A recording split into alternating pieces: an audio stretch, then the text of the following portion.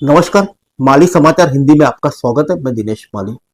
भारत में एक देश एक चुनाव असंवैधानिक और अव्यवहारिक, सरकार से असहमत, प्रशांत भूषण की दलील। आइए जानते हैं विस्तार से।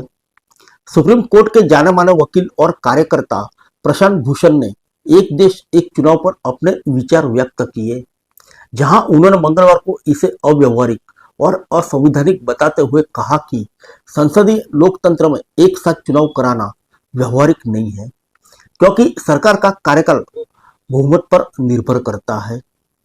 प्रशांत भूषण ने इस बात पर जोर दिया कि हाल ही में सुप्रीम कोर्ट ने धार्मिक स्थलों पर कब्जा करने और बुलडोजर न्याय के खिलाफ जो फैसले दिए हैं वे महत्वपूर्ण थे।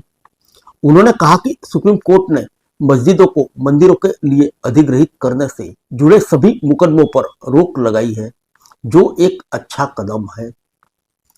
प्रशांत भूषण ने बुलडोजर न्याय पर भी प्रकाश डाला।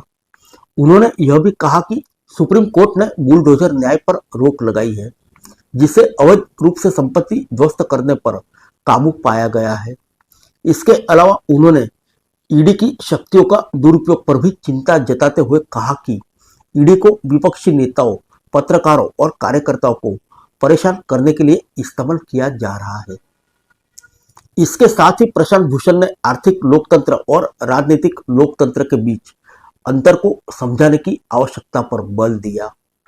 उन्होंने कहा कि देश में आर्थिक असमानता इतनी बढ़ चुकी है कि कुछ बड़े परिवार के पास देश की निचले 50% लोगों से ज्यादा संपत्ति है। उन्होंने प्रगतिशील कर और संपत्ति कर की बात की, जो आर्थिक असमानता को कम कर सकते हैं।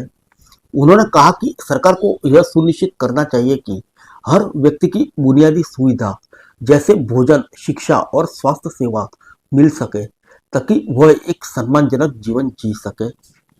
फिर मिलेंगे अगले बुलेटिन में अन्य किसी खबर के साथ।